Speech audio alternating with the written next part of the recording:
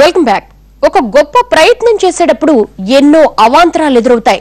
అడుగడుగునా అన్నేసి ఆటంకాలు ఎదురవుతున్నాయి అంటే అది ఓ మహోన్నత విజయానికి నాంది పలకబోతోంది అన్న వాస్తవాన్ని గుర్తించాలన్న అరిస్టాటిల్ మాటలు మన మంగళయాన్ విషయంలో అక్షర సత్యాలయ్యాయి.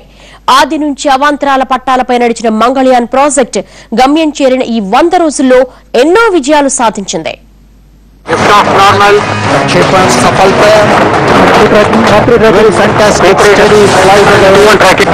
మంగళయాన్ 100 రోజుల మజిలీ పూర్తయింది. ముందు ముందు మరో ఏడాదిన్నర పాటు మార్స్ రహస్యాలను అన్వేషించే ప్రయత్నంలో మామ్ అనుక్షణం నిమగ్నమై ఉంటుంది.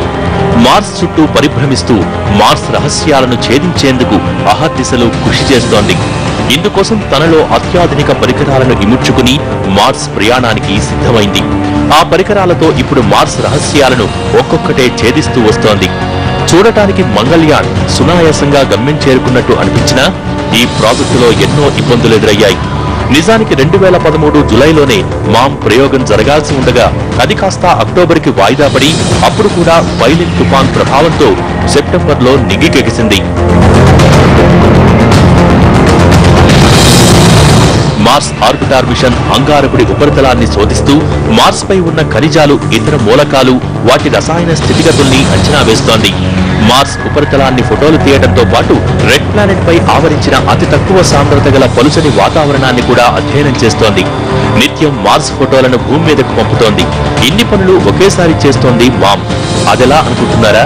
ఇందుకోసమే తనలో 5 కీలక పరికరాలను ఇముడ్చుకుని మరీ నింగికెగిసింది మామ్. మామ్ కి అమర్చిన 800 వాట్ల సోలార్ ప్యానెల్స్ తో ఈ సెన్సర్లు పనిచేస్తున్నాయి.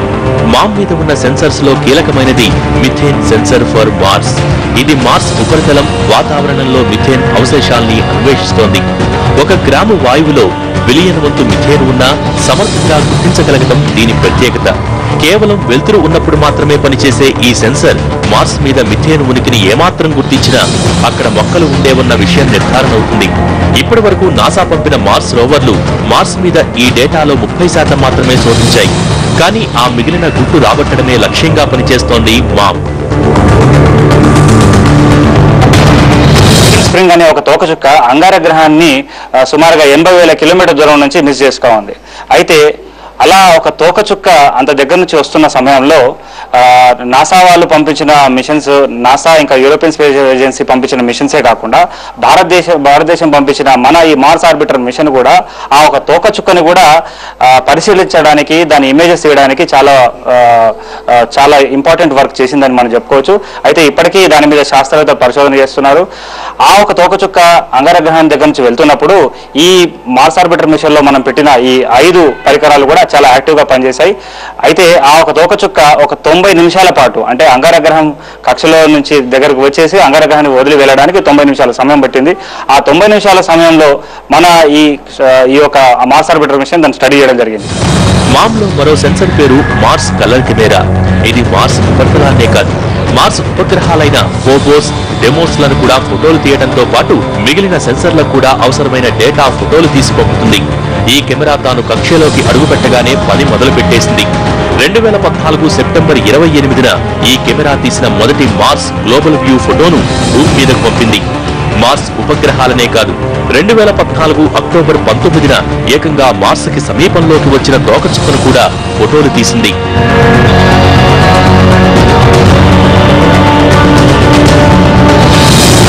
ఇక మామ్ మీద ఉన్న 3వ sensor Mars exosphere neutral analyser.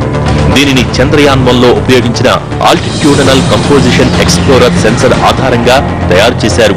ఇది అత్యంత సునిశ్చితంగా మార్స్ మీద యూనిట్ మాస్ రిజల్యూషన్ తో న్యూట్రల్ కంపోజిషన్ లెక్కిస్తుంది. దీనివల్ల మార్స్ వాతావరణంలో మూలకాల్ని అధ్యయనం చేయవచ్చు. ఇక మామ్ లో ఉన్న మరో sensor thermal infrared imaging spectrometer. ఇది మార్స్ మీద ఉష్ణ ఉద్గారాల నుంచి అక్కడి ఉష్ణోగ్రత, వాతావరణాన్ని అధ్యయనం చేయడంతో పాటు మార్స్ మీద మూలకాలను, ఖనిజాలను శోధిస్తుంది. ఇది చీకటిలో కూడా పనిచేయగలుగుతుంది. ఇప్పుడు చంద్రుడి దగ్గరికి వెళ్తే అక్కడ అట్మాస్ఫియరే లేదు, వాయుమండలమే లేదు. అంగారకుడి మీద అట్మాస్ఫియర్ ఉంది, చాలా పలచ అట్మాస్ఫియర్. కానీ అక్కడ ఏదో మనం ఆక్సిజన్ తీసుకువెళ్ళి అక్కడున్న వాటర్ని ఉపయోగించి చేయొచ్చు. Better then moon actually. ఇక మామ్లో 5వ పరికరం లేమాన్ ఆల్ఫా ఫోటోమీటర్. ఇది మార్స్ వాతావరణంలో లైమన్ ఆల్ఫాల ఉద్గారాలను బట్టి డ్యూటీరియం, హైడ్రోజన్ల నిష్పత్తి లెక్కిస్తుంది. ఇది ఇచ్చే డేటాతో మార్స్ మీద నీరు, వాతావరణం ఎలా మాయమైపోయాయన్నది తెలుసుకోవచ్చు. ఇలా మార్స్ ఆర్బిటార్ మిషన్ లో ప్రతి పరికరం అత్యంత విలువైన డేటాను భూమికి తిరిగి పంపుతుంది. ఈ ఒక్క సెన్సర్ ఇచ్చిన సమాచారంతో మార్స్ గురించి కీలకమైన విషయాలు తెలుస్తాయి.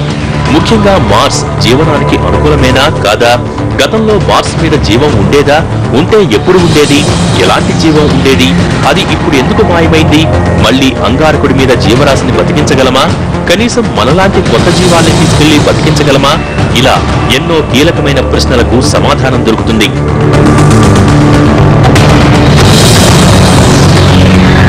నెక్స్ట్ వచ్చేటప్పటికి సెకండరీ ఆబ్జెక్ట్ వచ్చేటప్పటికి అక్కడ వాతావరణం ఎలా ఉంది అంటే అక్కడ గతంలో నీళ్లు ఉండేవి, ఇప్పుడు నీళ్లు లేవు, దాని గురించి ఎట్లా స్టడీ చేయాలి. అలాగే నెక్స్ట్ ఏంటంటే అక్కడ ఉన్న సాయిల్ పర్టికులర్స్ మీద ఇట్లాంటివన్నీ కూడా మనం ఏంటంటే జరుగుతున్న పరిణామాల్లో మొట్టమొదటి ఆబ్జెక్టు మనం ప్రయోగాలకు సంబంధించింది అయితే, రెండవది మార్స్ మీద ఏం జరుగుతుంది అనేది. మామ్ కక్షకు చేరుకోగానే తన పని మొదలుపెట్టిన ఈ సెన్సర్లు మార్స్ కి సంబంధించిన ఫోటోలు చాలానే పంపాయి. మార్స్ కక్షలోకి వెళ్లిన మామ్ ఒక్కో సిగ్నల్ భూమికి పంపడానికి 20 నిమిషాలు పడుతుంది. మామ్ లోని ఆటోమేటిక్ రెస్పాన్సివ్ సిస్టమ్ సిగ్నల్స్, ఫోటోలు, డేటా నిరంతరంగా పంపుతూనే ఉంటుంది. ఈ సిగ్నల్స్ ను రిసీవ్ చేసుకునేది మాత్రం ఆర్క్ కాదు. మామ్ పంపే సిగ్నల్స్ ను ఆస్ట్రేలియాలో ఉన్న కాన్బెరాలోని నాసా డీప్ స్పేస్ నెట్వర్క్ లో ఉన్న 70 మీటర్ల యాంటెన్నా ఒడిసి పడుతోంది. ఇప్పటికే ఇది సమర్థంగా మామ్ సిగ్నల్స్ ను రిసీవ్ చేసుకుంటోంది. ఇలా ఇప్పుడు మామ్ పంపిస్తున్న డేటాను పరిశీలించి విశ్లేషించడమే ఇస్రో శాస్త్రవేత్తల పని. ఏంటి మార్స్? ఎన్నో గ్రహాలున్నా దీనికి ఎందుకింతటి క్రేజ్? బ్రేక్ త్రోతో చూద్దాం.